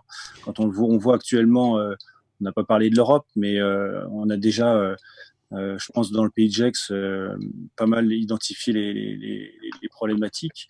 Donc il va falloir qu'on continue dans ce sens-là, et puis travailler main dans la main avec nos élus, avec nos maires qui effectivement sont en première ligne, et je sais pas comment on va faire aujourd'hui entre ce qui est dit au niveau du gouvernement et la réalité du terrain. En tout cas, je félicite nos maires qui ont une lourde responsabilité et qui doivent bien sûr être accompagnés par tous ces citoyens que nous sommes. Voilà. Jérôme, je vais vous libérer dans un court instant. Si toutefois vous avez envie de vous poser de bonnes questions, il y a moyen de faire des belles choses comme le Cercle Aventure. Je me permettrai de laisser le lien sur notre page du live afin que vous puissiez découvrir donc le Cercle Aventure de Jérôme Yaniro. Merci à toi en tout cas, merci d'avoir participé à cette émission. Merci à tous, et respectez le confinement. Très important. Bonsoir. On va justement en parler justement du confinement là dès maintenant. Confinement avec justement Nicolas vient d'appuyer un petit peu là-dessus. C'est vrai qu'on parle de nos maires qui sont eux en première ligne. On parle bien sûr de la communication et des annonces qui sont faites par le gouvernement. On s'aperçoit finalement que ce soit même côté Suisse ou dans les autres pays, on est un petit peu, je ne vais pas dire débordé par la situation. Je vous propose, messieurs, d'écouter le témoignage que j'ai eu tout à l'heure, c'était à 19h30, je l'ai enregistré, c'est Nicolas Salvado d'Equinox Magazine. Il a bien voulu répondre à mes questions. Écoutez. Nous accueillons en direct de Barcelone Nico Salvado pour equinoxmagazine.fr. Bonsoir Nico. Salut. Bon, première question, tout d'abord, comment ça va la santé pour toi, pour tes proches, ton entourage? Mais ça va bien pour l'instant. D'accord, très bien. Pour le moment, ça va, on fait attention. Il faut faire attention, gardons bien les gestes barrières. Première question ce soir, quel est l'état en Espagne, en Catalogne, Ça inquiète beaucoup du côté de la France. Qu'en est-il ce soir? c'est un confinement total depuis le 15 mars, donc avec des règles un petit peu plus strictes qu'en France, puisqu'ici on ne peut pas sortir à part pour faire les courses, pour sortir le chien d'une manière raisonnable, ou pour aller se faire soigner, ou pour rendre visite à une personne âgée qui est malade. C'est les seuls cas qui sont autorisés. Donc chacun respecte le confinement, et malgré le beau temps, temps d'été ici, les gens globalement respectent ce confinement et restent chez eux. C'est vrai qu'on a vu ces images, notamment de la plage de Barcelone la semaine dernière, totalement vide, à la différence de certaines villes françaises qui ont du mal à garder le confinement. J'aurais une deuxième question également, puisqu'il y a une communauté française très importante à Barcelone. Comment ça se passe justement? Quelle est la prise en charge de ces Français, peut-être avec l'ambassade de France? Alors, les Français, globalement, sont restés ici parce qu'il y a 50 000 Français à Barcelone. La grosse majorité travaille dans le secteur tertiaire, donc ça a été très facile pour organiser le télétravail. Beaucoup également sont dans des secteurs commerciaux, etc., sont restés ici. Alors la communauté commerçante est particulièrement frappée puisque beaucoup de restaurants, enfin tous les restaurants, les bars, les coiffeurs, les boutiques ont dû fermer. Il y a beaucoup de Français qui ont créé des entreprises ici dans ces domaines, mais qui sont quand même restés à Barcelone pour voir un petit peu l'évolution des choses. Alors ce qui a inquiété beaucoup les Français, ça a été pour traverser la frontière, puisque la frontière a été fermée depuis le 15 mars quand l'Espagne a déclaré l'état d'urgence. Donc la prise en charge, elle est plutôt là dans l'information, sachant que si quelqu'un a un domicile à la fois en France et en Espagne, il peut traverser la frontière sans problème, si c'est pour rentrer chez lui, dans son domicile, ou si c'est pour travailler. Je le rappelais en début de cette interview, tu diriges le magazine Equinox, qui est un magazine donc pour les Français vivant à Barcelone ou même en Espagne. Comment on s'organise dans ton entreprise, puisque le télétravail était déjà en place ou pas avant? On a toujours été assez souple, nous. Donc il y a toujours des gens qui ont travaillé en télétravail. Après, on a la rédaction qui est ici, basée en centre-ville de Barcelone, près de la Sagrada Familia, pour ceux qui connaissent. Donc on a laissé la rédaction ouverte, puisque nous, avec les accréditations presse, on peut toujours sortir, et on a besoin de sortir pour faire des vidéos. Tu parlais de la vidéo de la plage, c'est d'ailleurs Equinox qui l'a tournée, pour faire des interviews, des micro-trottoirs, etc. On est amené à sortir, donc on fait attention. On protège tout le matériel, on met des plastiques sur les micros, on désinfecte tout le matériel. On fait extrêmement attention parce que c'est vrai que, comme tu l'as dit tout à l'heure en début d'interview, le bilan ici est assez noir en Espagne, assez terrifiant. Donc c'est vrai que on a pris conscience de la gravité de ce coronavirus et on fait très attention, tout en maintenant le service d'information des Français de Barcelone, puisque comme on le disait, beaucoup veulent énormément d'informations, et c'est un droit aussi, l'information, c'est troublé. Donc on essaie de faire notre travail comme d'habitude, mais avec des mesures de sécurité. Une dernière question, puisque tu es à cheval justement avec les Français vivant à Barcelone. Certains font les trajets entre la France et l'Espagne, donc vous travaillez, où il y a beaucoup de Français qui travaillent avec deux pays, ce qui est le cas aussi pour nous ici entre la France et la Suisse. On s'est aperçu que les Français se plaignaient beaucoup pour la gestion des masques, pour la gestion des produits, des vaccins, le confinement. On s'est aperçu que chez nos voisins suisses, c'était un peu pareil. Manquait de masques, manquait de matériel. Qu'en est-il sur l'Espagne ? Alors juste pour la frontière, il n'y a pas beaucoup de gens quand même qui traversent la frontière, parce qu'elle est assez blindée, elle est vraiment fermée, la frontière France-Espagne, donc les gens travaillent vraiment en télétravail, mais font vraiment le minimum au niveau du passage. Ici, il y a eu des polémiques avec le gouvernement, il y a des tests qui sont arrivés, sauf que les tests étaient de Chine, donc ces tests n'étaient pas homologués, donc il a fallu faire le retour inverse et faire repartir les tests en Chine.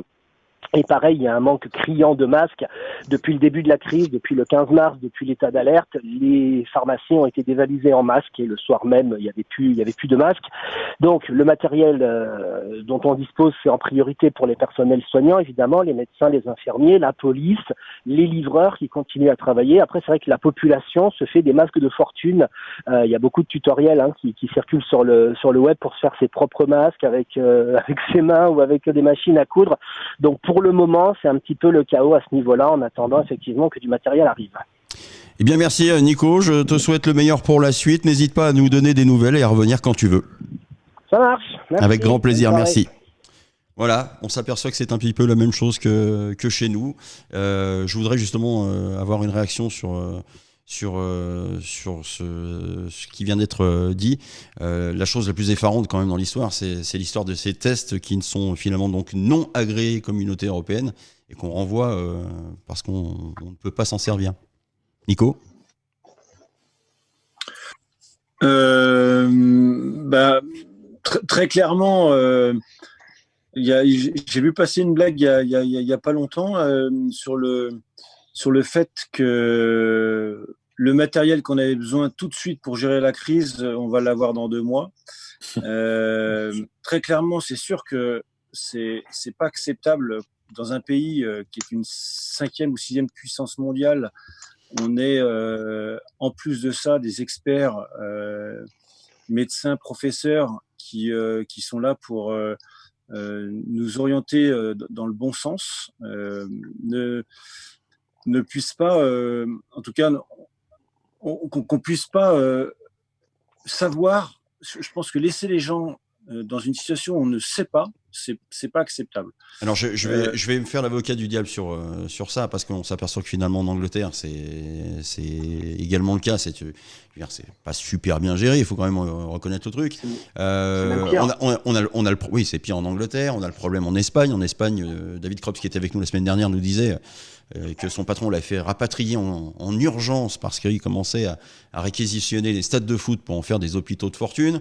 Hier, dans l'émission de Darius pour la RTS, on nous expliquait que oui, finalement, on avait laissé un peu de légèreté, que il va falloir revisser. Finalement, tout le monde est un peu dans cette communication. Tout le monde a oublié ce qu'on disait un peu au début de cette émission, le côté de prévoyance, que ce soit les politiques. On en a assez parlé ces dernières semaines avec les stocks de vaccins qu'avait fait Roselyne Bachelot, qu'on n'a pas gardé, les masques parce qu'il y avait plus d'élastique ou une date de péremption dessus qui était plus bonne. On a décidé de les bazarder. Et finalement, aujourd'hui, tout le monde se retrouve dans le même problème. Et en plus, aujourd'hui, on est dans un marché de monopoly, c'est-à-dire que c'est au plus offrant qu'on offre les masques. Ouais, enfin, aujourd'hui, ce qui est terrible, c'est que pour ma part, de ce que je vois en tant que citoyen, c'est qu'il n'y a plus du tout de confiance avec certaines personnes du gouvernement. Donc, on s'en réfère finalement en circuit court aux gens qu'on connaît, à notre territoire, à notre ville, à notre village, à nos maires. Et puis, pour ce qui est du reste, faire confiance à des gens qui nous ont menti, ça n'a plus de sens, quoi. Mais clairement, oui, je suis d'accord avec toi, Nico, mais clairement, dans l'histoire, c'est le problème de ces 40 dernières années, c'est-à-dire qu'on a arrêté d'avoir des métiers à tisser, on a arrêté d'avoir des usines. Si je dois prendre l'exemple du Maroc qui fournit du textile pour toutes les grandes marques de vêtements, on décide de réquisitionner les usines de textile, on fait des masques. Aujourd'hui, on a finalement trop peu d'usines en France qui peuvent faire ça. On a juste l'exemple d'Hermès et de Lacoste aujourd'hui qui ont quelques usines ça et là en France pour tirer du tissu. Enfin, moi, à mon niveau, c'est pas à moi de répondre. Je n'ai pas la capacité pour répondre sur ces questions-là. Néanmoins, ce qui est sûr, c'est que quand on est dans une configuration militaire, on nous donne un plan d'action et ce plan d'action, on le met en marche avec les moyens qu'on a. Mais il y a par contre une vraie transparence au niveau de la gouvernance, c'est-à-dire que le colonel ou le général qui gère ses troupes, sa première priorité, c'est de ne pas perdre ses hommes. Donc, il va être le plus transparent possible et il va expliquer les choses. Aujourd'hui, on nous explique pas les choses. Aujourd'hui, on nous met devant le fait accompli et on doit se démerder avec ce qu'on a. Et à mon niveau, j'ai une légère incompréhension, une légère révolte qui se manifeste. Je ne sais pas comment les maires ressentent ça à leur niveau. Ça serait intéressant de poser la question à Patrice Dunant. Qui va nous répondre dans un instant. Hein. Mais voilà, il faut garder. C'est clair qu'il faut être optimiste, il faut garder espoir, il faut être solidaire, il faut se structurer et essayer de mettre en place ce qu'on peut mettre en place avec ce qu'on a. On n'est pas à l'heure du débriefing, ça c'est clair. On est en pleine crise, donc on débriefera, je pense, après tout ça, même si on sait que ça va être très long. Néanmoins, oui, il y a des choses qui sont pas acceptables et qu'on ne peut pas faire accepter à des personnes qui ont vécu certaines situations, que ça soit personnel ou tout proche avec la famille. C'est pas acceptable. Voilà. Donc, Romain, c'est bien d'en parler, c'est et c'est très bien au niveau de la radio et de pouvoir s'appuyer sur des gens qui ont leur propre expérience, de se faire une expérience de tout ça, et puis d'essayer d'en faire ressortir le meilleur pour avancer. C'est le but du Grand Direct, justement, d'avoir un média de proximité avec les technologies d'aujourd'hui. Romain, vous vouliez réagir. On peut se tutoyer. Il n'y a pas de problème. Non, oui, je voulais réagir. Je suis d'accord avec ce qu'a dit Nicolas au niveau de l'incompréhension aujourd'hui de ce qui est en train de se passer. Moi, j'ai une incompréhension qui est là depuis le début. Donc, c'est parti de la Chine. J'ai travaillé dans les équipements de protection individuelle. Donc, j'étais responsable commercial dans les EPI. Donc, chez en plus un distributeur spécialisé donc du coup on vendait des masques. Et donc j'ai été contacté avant cette crise en Chine par pas mal notamment un ami expatrié en Chine qui a été mandaté par le gouvernement chinois pour aller auprès de l'Europe, essayer de trouver un maximum de fabricants européens pour de l'envoi de masques en Chine. À ce moment-là, on m'a demandé des contacts afin de savoir justement qui pouvait avoir des masques à disposition envoyés en Chine. Moi, j'étais bien occupé avec Welco, donc vous imaginez bien que voilà, j'ai pas pu répondre à cette demande, mais j'ai été appelé plusieurs fois. Et je sais aujourd'hui que nos fabricants européens et distributeurs ont certainement dû envoyer des stocks de masques en Chine au départ de cette crise sanitaire. Et en fait, aujourd'hui, on se retrouve démunis, justement sans armes, démunis. Et la question que je me pose, c'est est-ce que on n'a pas pris, c'est pas un signe, c'est pas une preuve qu'on a pris à la légère ce virus, puisqu'en fait on a dit on va envoyer toutes nos productions et toutes nos fabrications, plus d'1 an de fabrication pour certains, parce que certains grands comptes, grandes marques aujourd'hui ont des gros stocks de masques journaliers, vous imaginez bien. Donc on a fait partir tout ce stock en Chine. Et ensuite, ce sont les Chinois qui aujourd'hui, au final, peut-être nous renvoient ces masques qu'ils n'utilisent plus ou qui sont rachetés sur le tarmac par les Américains. C'est la première chose. Ensuite, donc, cette incompréhension, elle est là. Et ensuite, c'est au niveau européen. Au niveau européen, parce qu'on dit que l'Europe, c'est un grand pays, c'est comme ça qu'on l'appelle. Et puis au final, on voit qu'il n'y a pas véritablement de réglementation européenne par rapport à ce système de confinement. Pourquoi on n'a pas pris exemple sur les pays qui ont assuré un confinement total, comme on l'a vu en Espagne ou encore en Italie. Ça, c'est une deuxième incompréhension. Et c'est aujourd'hui, enfin, les maires et les communes. Je suis ardéchois, donc je viens d'un petit village d'Ardèche où justement, ce sont les communes aujourd'hui qui font appel à la population pour venir en aide aux personnes vulnérables, simplement pour être protégées avec des simples masques faits en tissu. D'ailleurs, Welco, on a joué le jeu et puis on a lancé un appel à projet pour demander justement aux personnes, et ma compagne, pour vous dire, a commencé à fabriquer des masques avec une machine à coudre qu'on a aujourd'hui. Voilà, c'est une mobilisation. Donc, chapeau à nos communes qui se mobilisent. On le voit aujourd'hui, c'est les communes qui doivent aujourd'hui se débrouiller avec les moyens du bord, avec un espèce de système D qu'on est en train de mettre en place. Donc, voilà, j'ai différentes incompréhensions sur ça et surtout avec la manière sur laquelle cette crise a été gérée depuis le début. Donc, grosso modo, en fait, toutes les alertes que nous avons eues ces derniers mois, que ce soit, je le rappelle, sur l'Italie, qui avait une montée de pneumonie en octobre et en novembre. En fait, grosso modo, on s'est démunis l'été dernier pour déjà préparer le terrain pour les Chinois, qui finalement aujourd'hui se sont retrouvés dans une zone de confinement assez longue, pratiquement de 3 mois, et que maintenant, le temps de relancer les usines, c'est nous qui sommes coincés. Patrice Dunant, vous voulez réagir à tout cela ? Oui, d'abord, je voulais vous dire que, évidemment, dans tout ce qui a été dit, il y a plein de vérités. D'abord, qu'il y aura un avant et un après, on aura tiré les leçons, bien sûr, de façon générale de cette crise.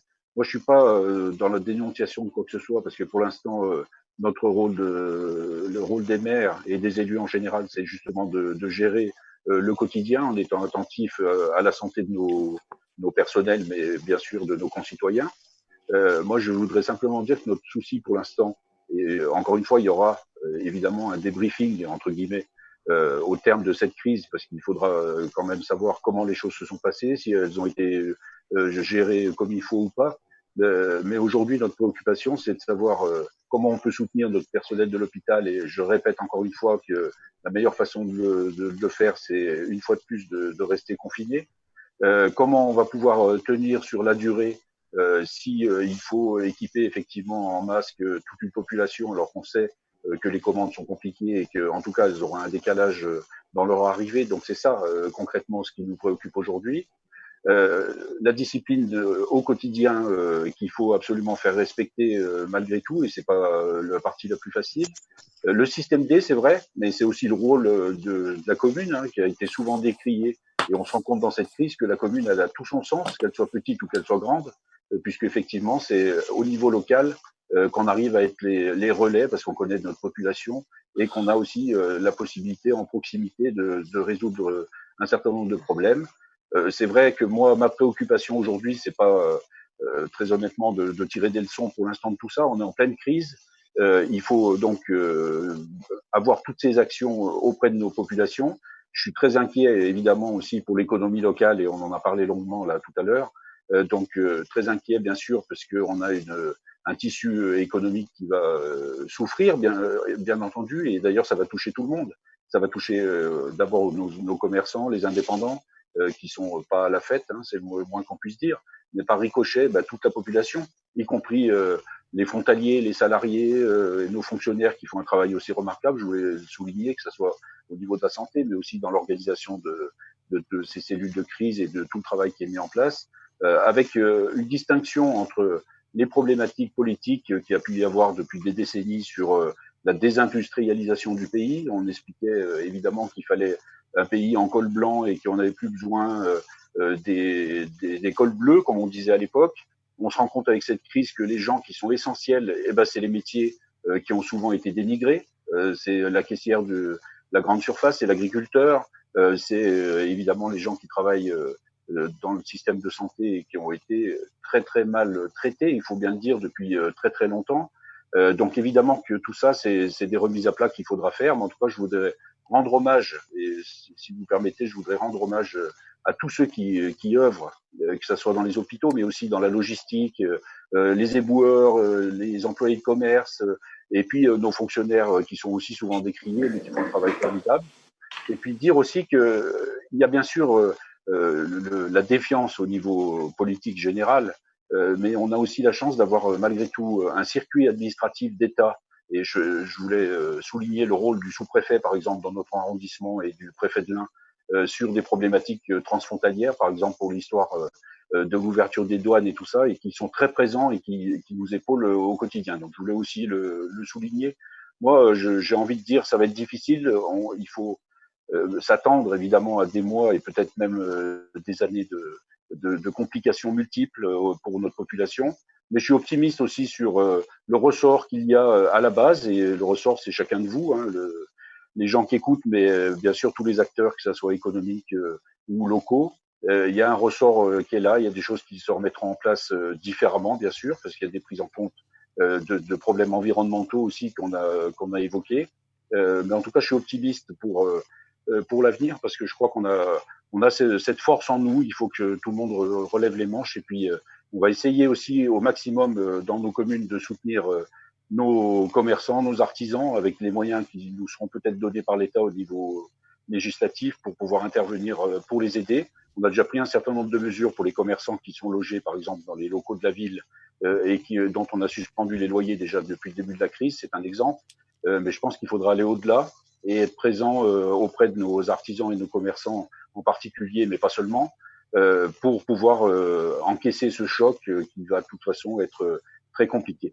En tout cas, je voulais simplement vous dire que moi, j'ai beaucoup d'espoir dans nos capacités de rebond au niveau général, au niveau national, et que malgré les difficultés, on a aussi montré dans cette crise que la solidarité, que l'action des gens au quotidien, c'était aussi formidable, et que je pense que rien n'est impossible pour l'avenir. Il faudra simplement, évidemment, passer ce choc terrible avec la certitude que les lendemains seront meilleurs et différents, bien sûr.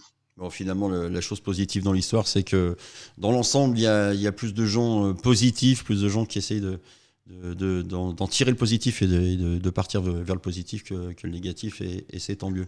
Je vais vous remercier d'avoir participé à cette émission. Je vais commencer par ceux qui sont le plus loin. Je vais remercier Xavier Decanter d'avoir été avec nous. Merci à toi, merci à vous. Et c'est vrai que c'est bien d'en parler, de faire le tour. Comme disait chacun de son côté, mais chacun son côté, mais ensemble aussi sur le même crise. Donc, on a le même combat. Donc, c'est ça qui est intéressant. Et c'est vrai qu'il y a de belles choses qui se passent quand même. Mais pour venir, moi, en tant que musicien confiné, je suis pas, ça me dérange pas trop, en fin de compte. J'ai tellement l'habitude d'être enfermé dans un studio que là. T'as encore beaucoup plus de temps qu'à la normale.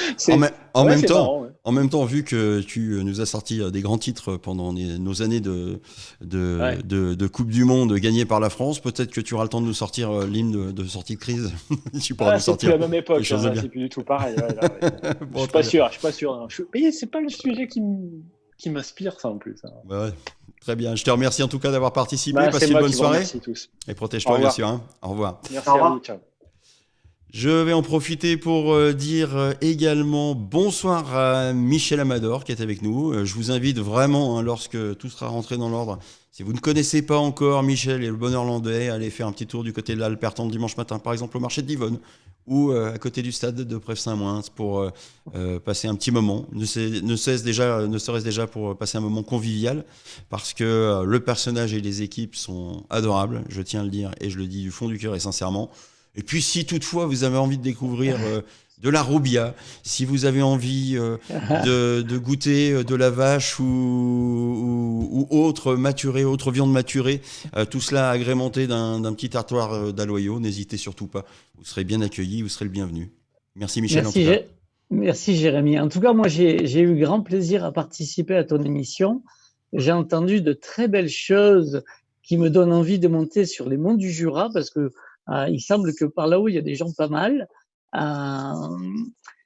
Oui, je crois qu'il faut être optimiste parce que c'est la nature humaine, il faut croire en l'homme. Il faut compter que sur nous-mêmes parce que les belles promesses qu'on nous dit, mais c'est que du blabla. Et c'est nous tout ensemble qui allons surmonter cette situation. Donc là, il est un peu tôt pour polémiquer. C'est évident, il faut être solidaire. L'heure des contres arrivera forcément. Et jamais oublier que l'homme est au centre de notre société. Eh bien, merci Michel. Bonne soirée. Bonne soirée. Merci, à bientôt. On va dire au revoir également à Romain. Voilà, Romain. Donc, le site, c'est welco.io. Nous laisserons également sur le bas de cette vidéo l'adresse pour pouvoir cliquer sur le lien et retrouver donc ton site et puis également ton action solidaire que tu mènes en ce moment. Merci en tout cas d'avoir témoigné. Merci à tous et puis je vous souhaite prenez soin de vous surtout et puis à très bientôt et puis merci pour cet échange constructif et à très vite. Et on viendra prendre des nouvelles également quand tout sera rentré dans l'ordre. Merci, bonne soirée Romain. Il reste Nicolas Guiton. Nico, écoute, je te souhaite une excellente soirée. Est-ce que tu as profité de la magnifique vue du Jura hier pour regarder la lune rose? Enfin, c'était tôt ce matin, tu vois bien. Oui, c'était tôt ce matin, effectivement, la super lune. Oui, bah écoute, en tout cas, merci beaucoup pour cet échange constructif, comme ça a été dit. Et puis, continuons à être solidaires les uns des autres. Et puis, n'oublions pas qu'il y a encore beaucoup de choses à faire et puis que la jeune génération qui arrive va pouvoir poursuivre tout ce qu'on a commencé. Donc avec plaisir pour échanger et puis avec plaisir pour ceux qui souhaitent découvrir la vallée de la Valserine et les monts Jura, pour les accompagner et leur montrer cette merveilleuse nature une fois que le déconfinement sera prononcé. Voilà. Merci, bonne soirée Nico, et à bientôt. Bonne soirée. Et puis il reste donc Patrice Dunant qui était avec nous, notre invité d'honneur aujourd'hui, le maire de la ville de Gex. Ce fut un grand plaisir de pouvoir converser avec vous. On a l'occasion de se rencontrer certaines fois, notamment du côté de la rue des Terreaux, lorsqu'il y a quelques manifestations. Ça m'a fait plaisir de passer finalement 1h40 minutes, 1h20 minutes, on va dire un peu moins, on va dire une petite 1h30 avec vous, et de pouvoir aborder tous ces sujets. C'est très instructif et merci d'avoir accepté notre invitation. Un dernier mot ? Merci à vous. En tout cas, bon courage à tout le monde et surtout, restez chez vous pour qu'on puisse se retrouver le plus vite possible justement dans la rue des Terreaux, animés avec le marché ou les manifestations qu'on aime tant et qui sont mises entre parenthèses pour l'instant, mais c'est que partie remise. Voilà, bon courage à tous. Merci à vous et bonne soirée. Merci de nous avoir accompagnés. Je voudrais remercier encore France 3 Rhône-Alpes pour avoir partagé cette émission sur ses réseaux sociaux. Merci à toutes et tous. Rendez-vous la semaine prochaine pour une nouvelle émission. Ce sera jeudi par contre, à partir de 21h. Jeudi 16 avril, avec plein de belles surprises. On accueillera encore des gens qui sont de la région et plus particulièrement cette fois-ci des artistes. Notre invité d'honneur sera Alex Jaffray. Il présente notamment le son d'Alex dans Télématin, que vous pouvez retrouver en temps normal sur France 2, puisque le service public est tout comme nous, confiné. Merci d'avoir assisté à cette émission et à la semaine prochaine.